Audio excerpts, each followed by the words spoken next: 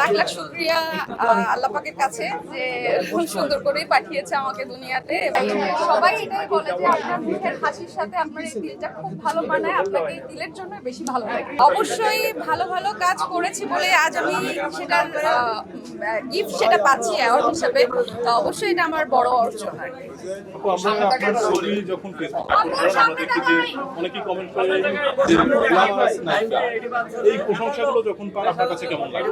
অবশ্যই ভালো লাগে। সব থেকে লাখ লাখ শুকরিয়া আল্লাহ পাকের কাছে যে খুব সুন্দর করেই পাঠিয়েছে আমাকে দুনিয়াতে। এবং দর্শকরা যখন বলে যে সুন্দর, আপনি অনেক সুন্দর বা আপনার অনেক ভালো লাগে, আপনি সিনেমার লুকটা অন্যরকম বা একটা খুব রোমান্টিক একটা লুক, আপনার গ্রাম্য একটা ফেস, আপনার থাকে না গ্রামের যে প্রতিমা টাইপের এরকম ফেস আপনার, এগুলো শুনতে আসলে অনেক ভালো লাগে। আপু সামনে তাকিয়ে বলবেন। আপু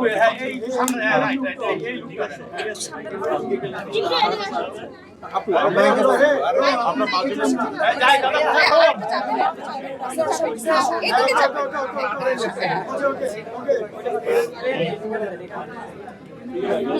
আপু আমরা মাঝে মধ্যে আপনার গানে যে টিউটি রয়েছে, এই টিউটি নিয়ে অনেকের সাথে কম্পেয়ার করতে দেখি।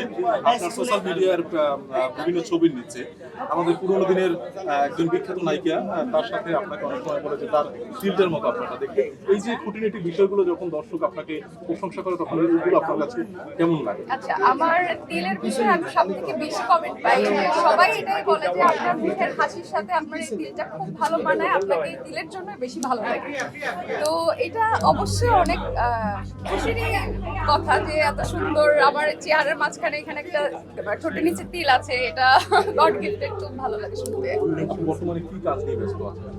আমি এর মধ্যে বেশ কিছু টিভিসি কাজ করেছি এবং আমি আমাদের চ্যানেলেরও কিছু গান করছি, এইগুলো নিয়েই ব্যস্ত। এবং সামনে ইনশাল্লাহ খুব ভালো নিউজ পাবেন আপনারা ইনশাল্লাহ, তখনই দিব। আজকে যে অ্যাওয়ার্ডটা আসলেন, অ্যাওয়ার্ড নিয়ে একটু কথা বলেন আমাদেরকে।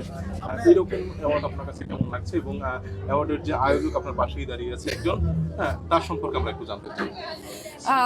অ্যাওয়ার্ড পেতে বরাবরই তো বললামই অনেক ভালো লাগে, যদি হয় কোনো কাজের প্রেক্ষিতে সেই অ্যাওয়ার্ডটা পাচ্ছি। অভিনেত্রী হিসাবে এই অ্যাওয়ার্ডটি আমি পেয়েছি, আমি অবশ্যই সবাইকে থ্যাঙ্কস জানাই এবং আমার পাশে নয়ন ভাইয়া আছে, নয়ন ভাইকে অনেক থ্যাঙ্কস যে এত অ্যাওয়ার্ড, এত সুন্দর একটা প্রোগ্রামে এরকম আয়োজনে আমাকে এই অ্যাওয়ার্ডটা দেওয়ার জন্য থ্যাংক ইউ ভাইয়া। নয়ন ভাইয়ের কাছে আসি। না না, আপনার একটা প্রশ্ন। আপনি সবসময় বেশিরভাগ সময় দেখা যায় ভাইয়াকে সাথে নিয়ে কোনো প্রোগ্রামে যান, আজকে আসলে ভাইয়া কেন আসে নাই? আর আসার সময় ভাইয়া আপনাকে কিছু বলেছে? না না, ভাইয়াকে নিয়ে আমি কোনো প্রোগ্রামেই যাই না, আমার সেক্টর আলাদা, তার সেক্টর আলাদা। যদি আমাদের দুজনকে একসাথে কোনো অ্যাওয়ার্ড দেওয়া হয় বা ওর গানের জন্য যদি আমরা ডুয়েট হিসাবে একসাথে অ্যাওয়ার্ড পাই, তবেই আমরা একসাথে যাই। বাট ওর কাজে ও থাকে, আমার কাজ নিয়ে আমি ব্যস্ত থাকি।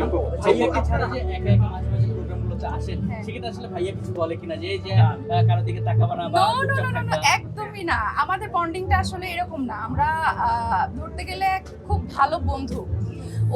ওর কাজে আমি একদম ফ্রিডম দিয়ে দিয়েছি এবং আমি আমার কাজে কখনো কোনো দিন আজ পর্যন্ত ওর মুখ থেকে বাধা শুনিনি যে তুমি এই কাজটা করতে পারবে না। ও আরো আমাকে উৎসাহ দেয় যে কাজ করো, কাজে ব্যস্ত থাকো। তো আমি কোথায় যাচ্ছি, কি কাজে যাচ্ছি, অবশ্যই সে উৎসাহ দেয় এবং বলে যে এটা ভালো কাজ, এটা অবশ্যই করবা। আমাকে সাপোর্ট করে, খুব ভালো সাপোর্ট করে। যেহেতু স্বামীর সঙ্গে আপনি অনেক সময় আপনাকে অভিনয়ে দেখা যায়, মডেলিং এ দেখা যায়, সেক্ষেত্রে এটা কি অনেকটা সুবিধা হয়েছে নাকি এর কোনো প্রতিবন্ধকতা আছে? আসলে বিয়ে শাদী সম্পূর্ণ আল্লাহর হাতে। আমি যখন ওর সাথে প্রথম কাজ করতে গিয়েছি, ও আমার কো-আর্টিস্ট ছিল। আমি কখনোই ভাবিনি যে কো-আর্টিস্ট থেকে কখনো আমার জীবন সঙ্গী হয়ে যাবে। এটা জানি না, এটা বিধাতার হয়তো বা লেখা ছিল।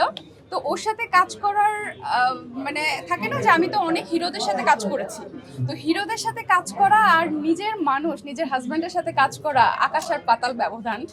হাজব্যান্ডের সাথে যখন কাজ করি মনে হয় যে না, সব কিছু আমি ফিল করে দিতে পারছি, একদম মন থেকে আসছে, এটা অনেক ভেতর থেকে কাজ করতে পারি। আর যখন অন্য হিরোদের সাথে কাজ করতাম তখন মনে হতো যে না, এখানে তো আমি কাজ করতে আসছি, আমাকে শুধু কাজই করতে হবে, অন্য কিছু ভাবা যাবে না। আচ্ছা, এই যে আমাদের ইন্ডাস্ট্রিতে আমরা মাঝে মধ্যে বিভিন্ন ধরনের মেয়েরা যারা আছেন, যারা নতুন শুরু করে কাজ, সেক্ষেত্রে অনেক ধরনের আমরা অভিযোগ শুনে থাকি, কাস্টিং কাউচের একটা অভিযোগ আসে। সেক্ষেত্রে আপনি যখন শুরু করেছিলেন, কাস্টিং কাউচের কোনো পাল্লাই করেছিলেন কিনা বা এমন কিছু হয়েছিল কিনা আপনার সঙ্গে? হতে পারে, বাট আমি জানি না, আমি পলিটিক্স একদমই বুঝি না। হতে পারে, আমার এমনও সিনেমা আছে, আমার সাইনিং করা সিনেমা, আমার শুটিং এক সপ্তাহ পরে, আমার ড্রেস সব কিছু রেডি, জাস্ট এক সপ্তাহ পরে আমরা শুটিংয়ের ডেটও ফেলেছে, শুটিংয়ে যাব, হুট করে শুনি যে আমি ওই সিনেমাতে নাই। আমার এমন 3টা সিনেমা থেকে আমি বাদ পড়েছি, জানি না কেন। আর সত্যি কথা, আমি সিনেমাতে প্রায় এক যুগেরও বেশি হয়ে গেল, এখনো পর্যন্ত আমি বলবো এখন আমি বোকা, এখনো কিচ্ছু বুঝি না, পলিটিক্স আমার ব্রেনেও নাই, আর আমি বুঝতেও পারি না। দ্যাটস ওয়াই মনে হয় যে আমি সবার থেকে অনেক পিছিয়ে আছি। শিল্পীদের পলিটিক্সের কথা বললেন, বাস্তব যে পলিটিক্স